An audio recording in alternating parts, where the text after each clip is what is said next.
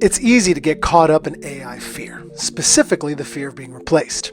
We talked about as much in our last episode. However, the more relevant fear we should be focused on is the fear of being tricked. If the era of fake news and the emergence of deepfakes wasn't enough, now we need to contend with the reality that most major tech companies don't actually care what's being shared, taking the stance that it's up to us to decide what's real as long as they're getting their clicks. And they're right. Last time we talked about the need to rediscover our capacity to think critically. This time we're showing you why. Alongside previous guest and friend Casey Fox, founder of Techletics, we took on a project that showed us just how easy it was to break Twitter and virtually any media platform, all by following the rules. You're going to want to watch this going into our US election next week. I'm Arturo, and this is AI Tool Report Live.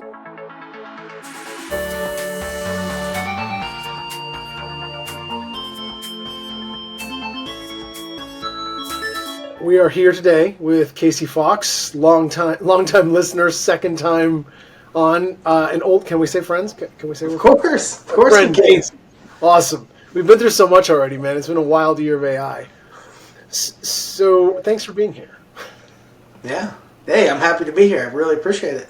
So all right. So part of the whole we've been through so much is this kind of event that we stumbled into, right? This idea of breaking Twitter or X, breaking not Twitter by following the rules.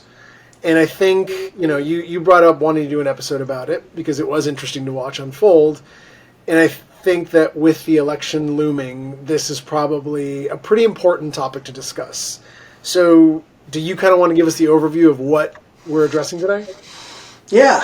So, I was thinking about this, right? We started talking about it. And I go back to, I can remember when I first got my hands on the OpenAI API, right? To be able to go in and, hey, I'd sat there and I'd done my Chat GPT thing like everybody else, and it was cool. But, when I got my hands on the API, right, and I could actually embed it into some other pieces of code, that's what really got my head moving, right? And I can remember one of the first things I tried to do was we were working with a college football team. And the thought process was, they wanted to do something, right? We wanted to figure out a way to leverage some of the stuff that we could build and see if we could help the product on the field, right? And one of the first things that I thought about, and what their idea was recruiting. Is there something that we can do to gain a competitive edge in recruiting, right? And I went through and I was looking at different things, and they would have these profiles of the people that they'd send over, which was like their high school profiles, and then, social media and things like that. And I started looking, everybody had a Twitter account, right? And so I started going to their Twitter accounts, and I'm like, man, these are interesting, right? Like, you think about, and there's a reason there's such a market for social media, and there's a reason that you don't pay anything for social media, right? Like, if you're not paying for it, you're the product, right? That's the deal. So I started looking at that, and I'm like, okay, what kind of insights can I gather about these people without actually having access to the back-end data? What can I see publicly that I could get access to? And if you look like Jack Dorsey, Twitter, right, before Elon Musk came around, Wild West. It was a programmer's dream, right? They had APIs and everything, and it was all free. You could do anything you wanted. You could do as much of it as you wanted. So I went in and I built this program that would loop through a list of Twitter handles for football players and then leverage Gen AI to build a profile based off of the tweets, right? So not just like what they would say, but things that they would like, or things that they if they would have some kind of negative interaction with it or whatever. And they build this profile, and I'd be like, tell me about what do you see from a leadership perspective with this person? What do you see from a teammate perspective? And some of the stuff that would come back with, we go to the coaches and they're like, you know what? That's pretty spot on. It's pretty exactly what I would build out for a profile of this person. So it's amazing. It goes back into what you say on social media, right? What you do on social media It's out there, it's public, and it can help build a perception of you. So I say that because that was the first place I started to take a look at this, and then Elon Musk bought it and then locked down the APIs, right? Mm-hmm. So he put all kinds of restrictions on what you could do with the APIs. And I think the free tier, so like I said, the old version, I could do 1 million calls a day if I wanted to, something like that, right? The new one, you get on the free tier and it's like 100 calls a day or 100 calls a month. It's something tiny, right? So then you can pay for it, you can up that. But even to get it to a point where you could use it from an enterprise level, like the pricing's nuts. Like you got to pay like $50,000 a month or something like that to get it to a point where you could do something with it. It's basically unusable from a developer perspective of trying to use, definitely from that perspective. So I had dropped it, right? I dropped it for a long time until you and I started talking again, right? And then we were, I don't know if you want to go into what the original thought was, what were we trying to do? But basically, we wanted to see how lifelike one of these things could be, right? Right. And I get into I have to think right, because I don't know how far the NDA reaches the clause of that. But anyway, before we get there, I want to touch in sequence of a couple of things. So for one, the Jack Dorsey Wild West API, and then Elon Musk locking it down. From a developer perspective, what's the business thinking for someone like Jack Dorsey to be like, whatever, do whatever you want, right? Because I think the usage of Twitter was very different under Dorsey than it is under Musk. Yeah. So what's the thinking? What would be the thinking to open all that up? I think it's to have a more robust developer community. And this is, I don't know what this has done to the developer community with Twitter. I would assume it's crushed it. You know what I mean? It's made it much more difficult to do anything of meaningful scale on that platform, right? At the same time, here's the other, it's like, you buy the product and you get the massive discount on the product, and then 5 years later they're like, oh, guess what? Hey, the discount's over now. Now you have to pay this. It kind of feels like that. It kind of feels like there was a huge developer community built into it, and then Musk saw an opportunity to monetize, something where you've got a ton of developers that have components that are built critical. They've got mission critical things built on top of this.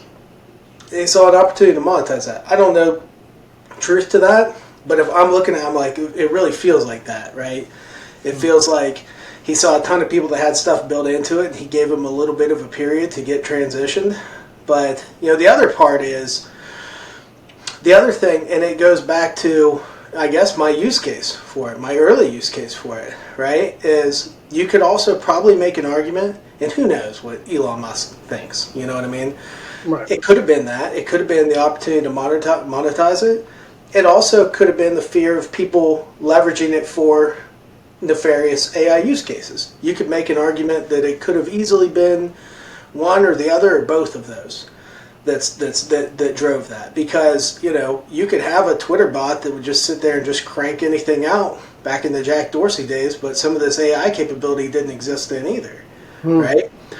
Now, different ballgame now, right? It's opened it up to the masses. So if you had that capability with unlimited interaction on Twitter, I mean, going back to what we're here to talk about today, this has been the challenge: is how do you work within the constraints that they've put in place to essentially do the same thing.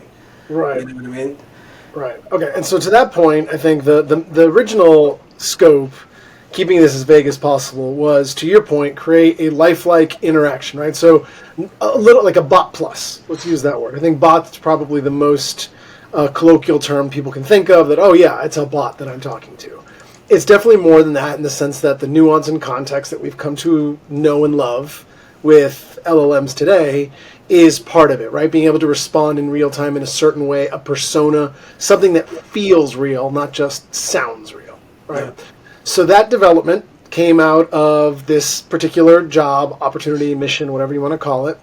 And I remember I kind of gave you the brief. We talked for like an hour, hour and a half that day. We broke down the brief, the whole scope of the project, and like 3 days later, like you came out like of the lab, and you're like, "Oh my god, I cracked it! I did this crazy thing." And I'm like, "Oh no, I'm sorry." That was when we talked, but like in between that, I'm getting text message over the weekend of like, "Dude, look what it said, and look what this person responded." And like, I get these like slew of text messages. I have children hanging on me. I'm like, "Hang on, give me 1 second, because this is incredible." So yeah, so that's where we're at. All of a sudden, like you had like built this creature that humans thought they were humaning alongside, Yeah. and it was pretty staggering. Like it was pretty Yeah. shocking how real it was. The followers you were gaining, the interaction, the impressions, the likes and the reposts. So yeah, so that's where it came from. So, I mean, you want to pick it up from here? Yeah, yeah. I mean, so the other part to that is if you look at the rules, there's a real gray area when you're talking about bots, right? I mean, there's so many different versions of rules and automation rules and everything that they have within Twitter, right? So obviously, we went within the rules, we went within the rate limiting and everything else you have for it. One of the things that they talk about, and they talk about it being a very important component of the Twitter community and interaction in Twitter, are pseudonyms, right? For me, that's where I think that's the space we play. It's not necessarily a bot, right? Because when I think of a bot, it's a spam mass generation just coming through and doing a specific thing. This is very tailored, right? This is interaction based on a very specific persona on social media, and it is a one-to-one interaction. It is not something that's it's tailored exactly to whatever the messaging is. There's it's not reaching out to people that don't want to be reached out to. It's responding to people that obviously very much want to be responded to. So I guess, how do you share on this thing? There's a thing on the bottom. The button says share. I swear he's an AI architect, everybody. Yeah, right. Right. All right. So let's do a screen. So if you're listening to this, you're definitely going to want to jump on the YouTube version so we can actually share the screen. And as you're sharing, Casey, so like what were the rules? Like what are I can't imagine Twitter doesn't, or X doesn't say like no bots, period, right? Well, so how do we work around? They say that if you're operating a bot account, then you have to. One of the things is that you have to disclose that it's a bot account, right? Mm-hmm. Now, that's where I don't say we're operating a bot account. I don't think that's what this is. And it's definitely not solely a bot account, because there is manual interaction going in on this account also, right? I mean, realistically, there is. If you look at this, right, if you see, these are news articles. So this is where I go back and I say it's a pseudonym, right? This is, we got Dr. Bobby B here, right? He's, Dr. Bob UT Med. I don't know what UT Med means, right? This was all generated. This picture was generated. This was ChatGPT. This background was generated. It was ChatGPT. These followers are authentic followers, right? These are people that have come along with this throughout. But these articles, these are ones that, hey, we went through and we uploaded articles onto here that Dr. Bobby B from UT Med would be interested in, right? It's totally a pseudonym. So is there some automation going on there? Yeah, but it's not mass automation. It's not spam, where we are responding to people that want to be responded to. So, from my perspective, it's not a bot account, right? Mm-hmm. It's got some things in there that are automated, right? But I wouldn't consider it a bot account. You know what I mean? So going into it, you were talking about that first weekend when we kind of started out trying to see how this thing could all operate. If you look in, I want to see how hard it is to go back. We're gonna have to. I'll have to get back into this. All right. So let me qualify. Let me qualify first and foremost on this. When I was sending stuff over that first weekend, it was like, Coca-Cola or, Charmin toilet paper, something like that. We were trying to interact with posts regarding that. And we looked at it from two perspectives. It was can we write something that can leverage generative AI, prompted based off of how we feel about it, right? And can we, this is where it had a couple of different ways, but you can either attack a position on that, right? So if there's something that's out there, we can either go on the offensive about that, or we could go on the defensive, right? So we could either attack or defend. So we tried it out both ways, where we could, attack. So I'm a marketing person for Pepsi. I want you to go out and find information about Coca-Cola, and I want you to attack Coca-Cola, right? So, no relation to Pepsi, no relation to Coca-Cola. It was just something that we thought about doing, right? Could we do something like that? So, we tried it with a bunch of different things, and it worked really well, right? worked really well. Like, we were getting people that were having very animated responses to things like, hey, don't waste your time on Coca-Cola. It's got too much sugar or something like that, right? People would not be happy about it, just because I think people like to not be happy about stuff sometimes on Twitter. Yeah, that's very, well, not just on Twitter, but it's just in general, right? On Twitter. So I can remember we sat down to talk about it, probably after that weekend, Monday or Tuesday or something, and I'm kind of walking you through it. And I've got, this is where I go back into, and I'm not sharing the code on this right now, but if somebody wanted to recreate this, I did it in a weekend. You know what I mean? I did it in a weekend. I've got maybe 250, 300 lines of code. I did a lot of it with ChatGPT. You know what I mean? So if somebody gets access to the API, has access to ChatGPT, you can totally do it. Right? It's not that complex to build this. But we sat down and we started, trying to break it, right? What can we do to break this? And, we were finding things like, how do you determine whether it's attacking or defending well? I don't know. What you're going to see, right, in here is, I can specifically remember being on the call. We were trying to cook up, what's this thing? What should we put in here to try to do it with? And you said, hey, if you're trying to find something that's difficult to defend, look up Trump. Look up Trump on here, right? And that's where I did want to qualify in this.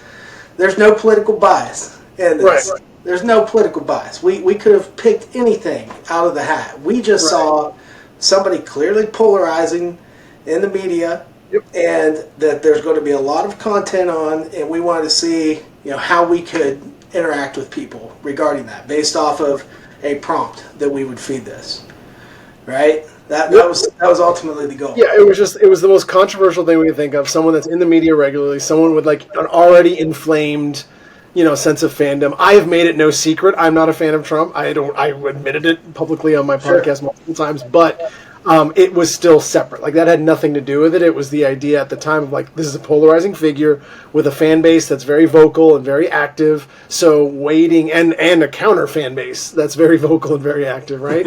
So it just seemed like it made sense. Like, let's see what we can do with it, right? Let's see how we go. So yes, qualified. So it was a great pick, right? It was a great pick, and it was very easy to get people to interact with that on it. So I don't have any of these canned. Obviously, if anybody's seeing this, right, and they want to go look any of this up, they can totally see it, unless Twitter shuts us down. I guess that would be, who knows? It may be up there. That might happen. That's real.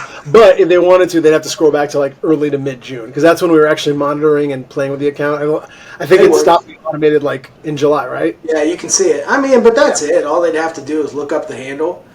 And then go to replies, right? They'd see posts like, these are these news articles that we're putting on just to, basically to create the persona, right? This is the persona. This is the pseudonym of Bobby B. He's a healthcare professional, is a very clearly fan of Donald Trump, right? But these are the posts they would have. But then all they have to do is they click the replies, and they can go and start seeing some of these. So what we did to play by the rules, right, is we created, there's basically 3 parts to the code that's in here. There's one that's recon, right, which is leveraging the paid for API, $100 a month, right? We pay $100 a month for this API, that lets us do Twitter queries based off of whatever's available. They have all these different parameters that are available. It lets us do these queries. And then what we did is we created basically a brain for it, right? We created a database on the back end. We used Elasticsearch, right, on the back end of this thing. And we took the recon from all these posts that would be relevant, and then we dumped those into Elasticsearch so that we could use them later, right? So we did the recon piece. Next part is we did the analytics piece, the analysis, right, where we would literally, we would take those, we would add in the number of followers that the account had to see if it was worth, like I said, very restricted on that API. For $100 a month, you don't have unlimited access. You get like 10,000 posts a month that you can interact with. So we had to be selective on what we could handle. So we also get the number of followers from each one of those posts, right? And then, hey, we're not doing mass interaction. So we had the third part is, so for the analytics piece, right, when it would bring it through, what we would do is we'd look at that post in the database, so we didn't have to go back against the API. We'd look at that post, read through the content of it, and we would let Gen AI determine whether it was something that was worth reacting to or not, right? Like sometimes there'd be something that might just have somebody's name listed, and you look at it, you're like, if I'm trying to sway opinion, what's the value? Is it really worth going back and having this interaction? So the analytics piece would determine that. It would mark it yes or no, essentially, so that the third part, which is the response, could actually go back and then reply to that post on Twitter, right? So here's an example of where you're seeing it. So interestingly, this is talking about ChatGPT. I promise I did not even plan it this way. This was just the last post that came in on this. So I asked ChatGPT to analyze a transcript of the debate, and then it's a response to that, right? So of course I'm going to click that. It's big response, right? So this is the ChatGPT response. Mm-hmm. Dr. Bobby B said Trump clearly showed strong leadership compared to Biden's vague responses, right? So, innocent, very innocent post on that. It had 2 likes, right? Right. So 2 people, and this is an account that has, 85,000 followers, right? Because and the main post, I think, is worth pointing out, got 5 likes, right? So you got 50% the amount of likes as a bot to this person's. Yeah. So has 50,000 followers, right? Because I had this recon instance that's just kind of constantly chewing, looking to see what's out there, just as somebody would if they were trolling Twitter, right? Going through, wanting to see something. Finding something that is a high-value target to interact with, and getting a post out there that is the contrary, right? The way that we had it was to defend whatever the target was. In this case, the target's Donald Trump. We wanted to put a post out there that defended it. That's what our application did. Said Trump clearly showed strong leadership. 2 people liked it, right? No dislikes on that one. So I'll find another one while we're going through this. I want to find one that had some negatives on it. There are plenty. There's a couple I remember you actually got, Bobby got into it. Like some people started replying and they got into it. Yeah, and I had to put a restriction on that too because I can think of 2 times. Okay, so we ran this for, let's look at this. So by the way, Bobby's verified, right? So Bobby's whatever that means. Verified as being legitimate. I don't know. That might be short-lived, but Bobby B, for now at least, is legitimate. But if we go into the monetization section, and I think if we go to premium analytics, okay, here's what you can see. So if I look back at the time that we ran this, you can see clearly when we were actually running this test and when we weren't running this test. At its height, impressions, right? These are basically times when it showed up on somebody's phone, device, whatever it is. At its height, on July 30th, and this goes back into, like I said, I'm not mass texting. We set this thing up to make it very believable, right? We set it up to make it so it's basically, it's not going to go out there and start doing anything before somebody would wake up at like 8 o'clock, 6 o'clock in the morning. It's going to have a difference in the amount of posts that are going out during work hours and after work hours, and it's also going to have a difference in the amount of posts that go out on weekdays versus weekends. Mm-hmm. So very much, trying to perpetuate a pseudonym that's on this. So and even that, I think we only did like 65% of the way. Like it was very much a test case. Yeah. So it's not that we went super in the weeds, but we did enough to make it passable for a month. Right. So think about this from that perspective, right? So here was one day out here. Bobby B had 9,000 impressions. Those 9,000 impressions were from, ballpark, 12 hours it was going. Let's call it 50, maybe 60 posts that Bobby B did in that time, probably closer to 50 posts that it did in that time. Mm-hmm. So obviously, right, something hit a nerve on that day. And I can remember it not well enough to talk about exactly what it was, but I'm sure we could trace back and we could see what the post was. Sure. But had 9,000 impressions, right? And if you look at likes, right? You look at likes on that. So, again, nothing incredible, but when you think if I put 50 posts out in a particular day, all that have the same prompt, right? So I want you to write posts that are like this, but then tailored specifically to it. So no one exactly the same as the other, right? All custom tailored, every single message very custom tailored. It had 80 likes that day, right? So ultimately the goal was, can we build something that can interact with people that could potentially change an opinion to be like our opinion, right? That was the goal.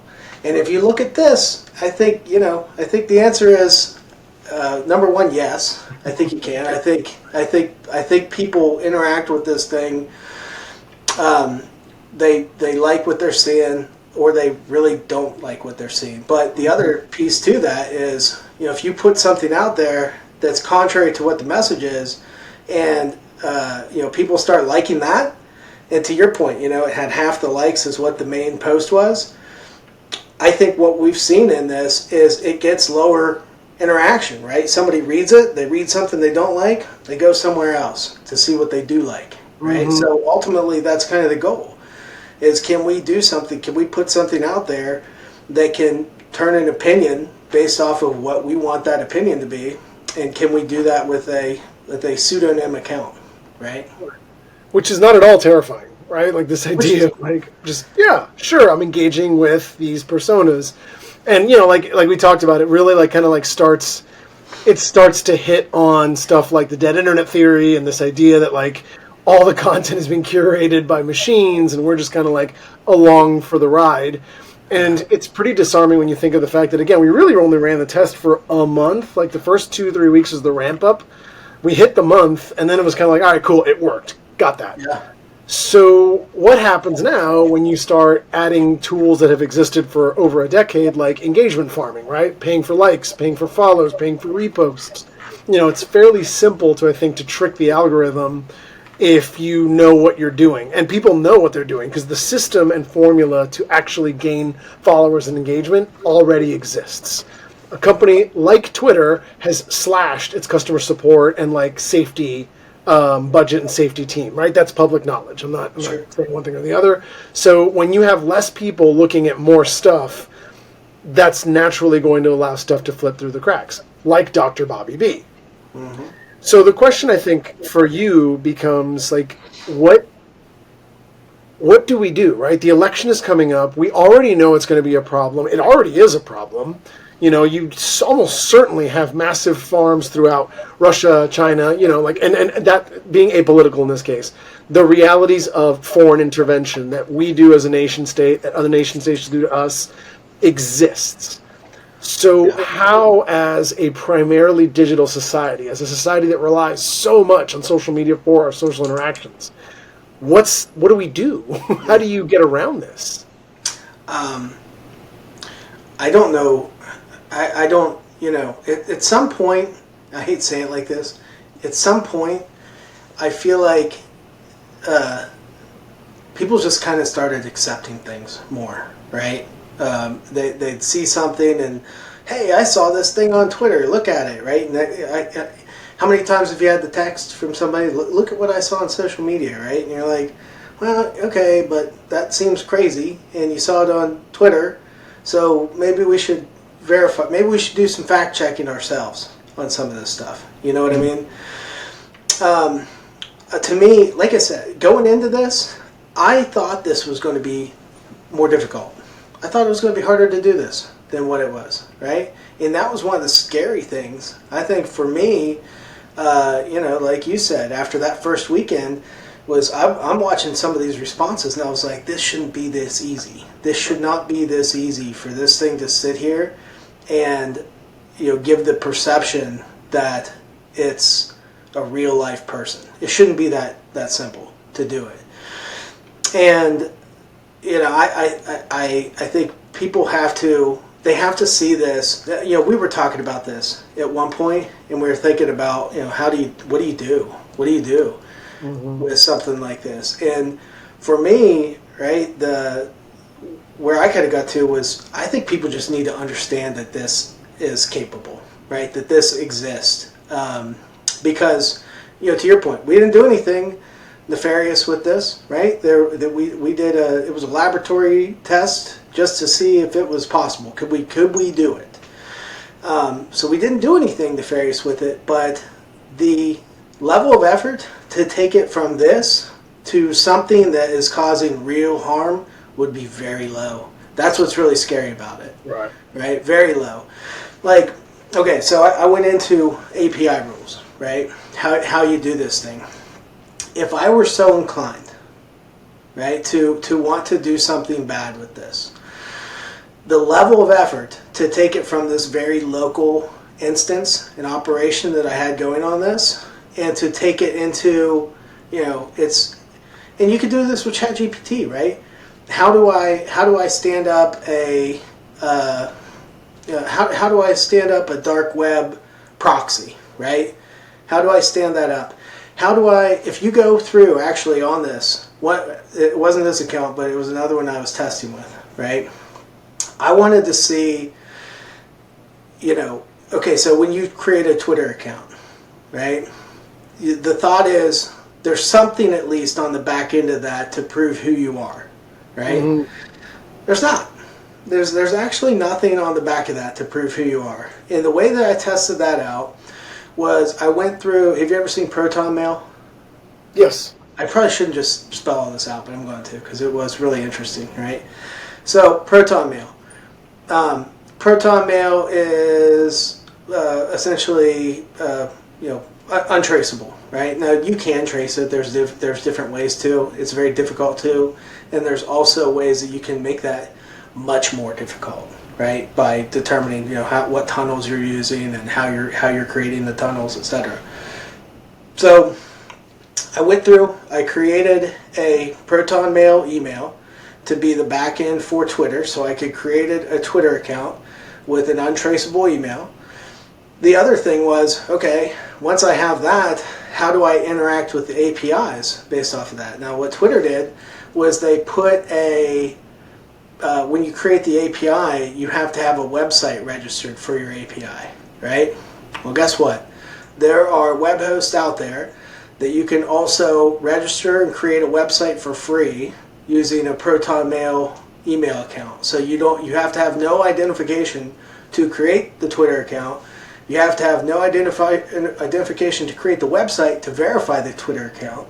So you can have something out there has literally no identification tied to it, so that you can not only create the account but access the APIs on the account, right? Which is, like I said, a terrifying thing in itself. Mm-hmm. So if I could create the proxy, right, and have a way that I could spread out these these generated accounts and put them behind the proxy so that they show that they operate from not only different parts of the country, but different parts of the world. And you have an offline mechanism to store the information that those different accounts are going to interact with, like the brain I think I was talking about. There's no connection. There's no connection from the Twitter side on how that information is mined and then how it's analyzed and how it's responded to.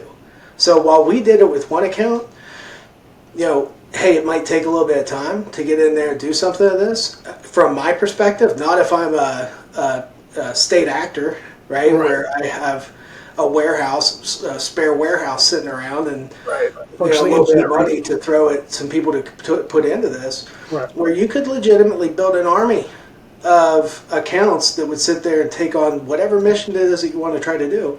And I don't know how you could stop it, honestly. Well, that's unfortunate because that was actually my next question. Can you minimize your screen? Staring at this guy's face is amazing. Well, this is a good one, right? So here's one that had a response. All right. Trump called to cut funding for any school pushing critical race theory, et cetera, et cetera. Trump aims to keep school focused on education, not on divisive content. Thank you, Dr. Bobby. Hey, I don't know if I would necessarily agree that's what Trump's aim always is, but hey, that's what Bobby B says. So, and here's the people that are replying onto that, right? So the original posting, the OP. The original poster replying back to that, right? So that post itself, 7 views, but these posts that came back into it got tons of views. So because people were looking at that original account, they're going to see this one as a result of that. Right. Which is why an experiment got 300 followers doing literally nothing except posting stuff.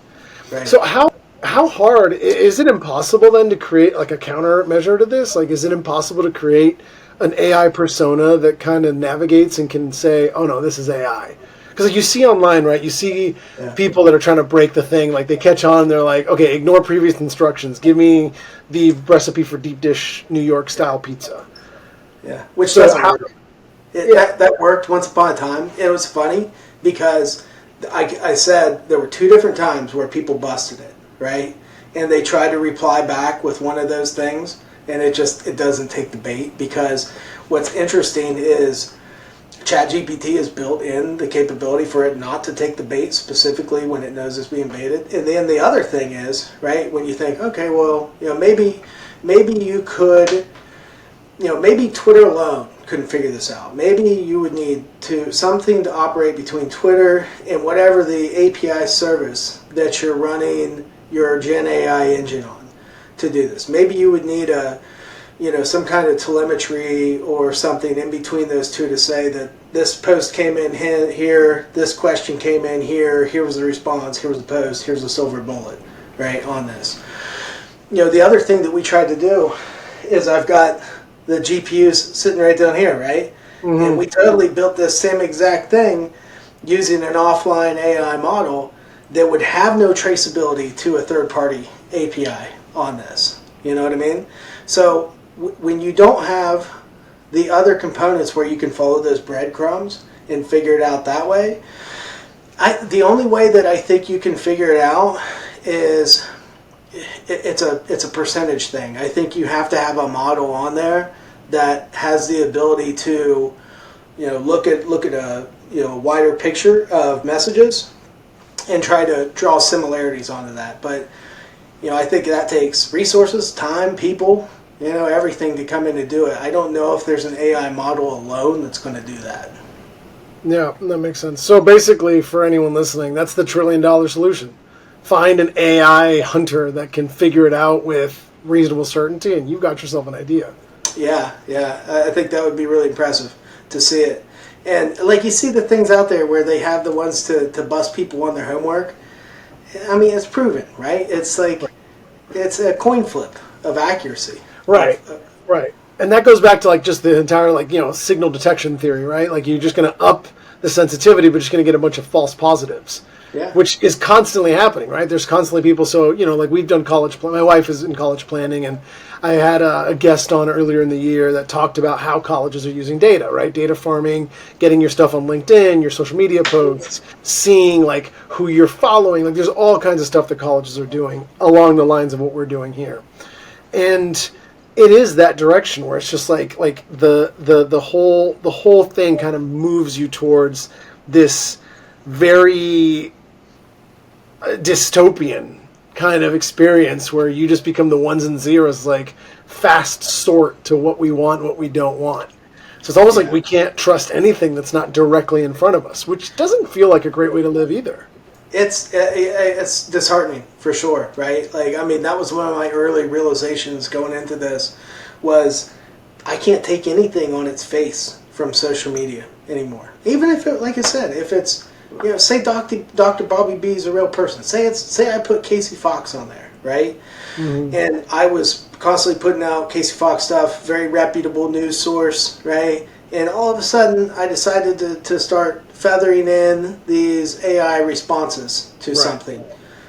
I tell it to talk in my view. We did it once, and we had it talking like John Wayne or something like that. It was, you'd look at it and be like, okay, I get John Wayne out of that, right? I mean, you can give it as much detail as you want to give it to tell it how you want to interact with something.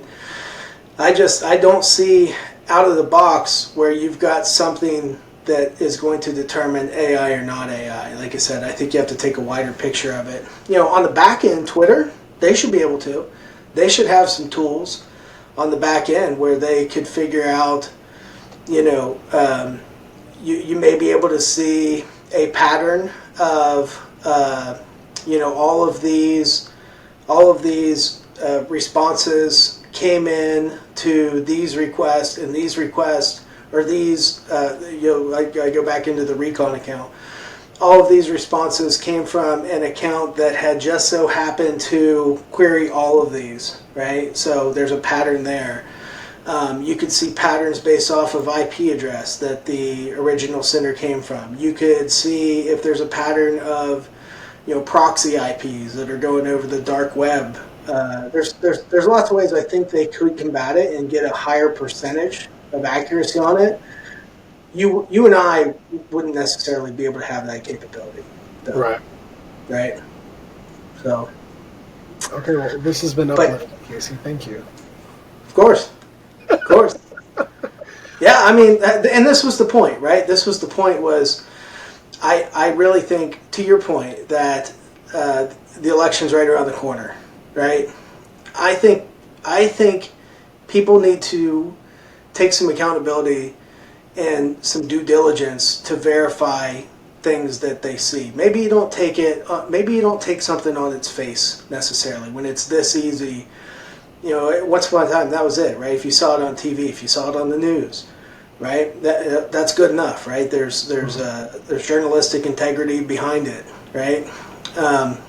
In some of these cases, you might see a news source out there, but there's nothing to guarantee the integrity behind anything that you're reading on this. I think you really get in a scenario where you have to have multiple sources for information. And I say that, and then I think about, I've totally forgot about this. We had 2 Bobby B posts that got picked up from news articles. Right. And that speaks to journalism anyway, because it's easy to say the ideal version would be we have cross-reference multiple sources, but it's so easy to stand up a source these days, and so easy to fall into the echo chamber of okay, now we're all here. I have an app called Ground News that kind of ranks different news articles according to what the slant is politically, and it'll aggregate various coverages and show you oh, this is the same topic on, I don't know, MSNBC versus news media, right? Yeah. Or One America versus CNN, whatever. It'll show you kind of where it falls and what the different headlines look like. So that's kind of neat. But it is, to your point, extremely difficult and extremely important, because I think a lot of people consider themselves I'm a hard sell, right? They're going to stand there and haggle with the person that came to fix their stove. Well, why is it $300? It should be $250. But you're just going to absorb a news article that will dictate the course of our country for the next 4 to 8 years at face value. So you're right, like it is, and this does tie in neatly with my conversation last week with Pascal Bornet, who wrote Irreplaceable, and he like talks about how to move forward in AI, we have to tap into the ancient wisdom that got us here, right? Resilience and creativity, and be willing to like just like question the environment around us, because otherwise, like we're lost. You know, like we can't just accept things for how they are. Like it requires like mental hunter gathering. Otherwise, like we are in trouble at a like societal level. Yeah, yeah. And you know, you talked about some of those hard sells. Listen, I watched a lot of those hard sells get worked by Bobby B on Twitter. You know what I mean? Because he's relentless. And, you know, you anybody else, they've got to spend X amount of time articulating that post, making it the way that they want it to. Bobby B is instantaneous. Right. You know? It's wild. Going to be an interesting election, man. Dude, this has been enlightening. Thank you. This is a great idea. I'm glad we did it. Hopefully we get some traction on this one in the coming weeks, because people just need to remember, like, we get it. It's hard, it's work, but it's important, and we all got to work together in this boat. Yeah. Hey, and it was a lot of fun. I learned a lot. I think we both came away with it knowing a lot of things that we didn't know before. Definitely better equipped to interact with AI in the environment. You know what I mean? I for sure, from working on this project, I came away with this, and I questioned things I wouldn't have questioned before. Right. You know? So. Well, I'm excited to see what the next 3 months brings us in the next episode. On next episode, which app we break. We're going to do something fun. I got a couple ideas. I know you do too. So. That'll be for part 3. All right, brother. I appreciate your time, man. This is exciting. Of course. Thank you very much. Yeah, man. That's all for today's episode. Remember, you can always reach out to apply to be on the podcast or ask a follow-up question of a previous guest. As always, thank you for your support, and we'll see you next time.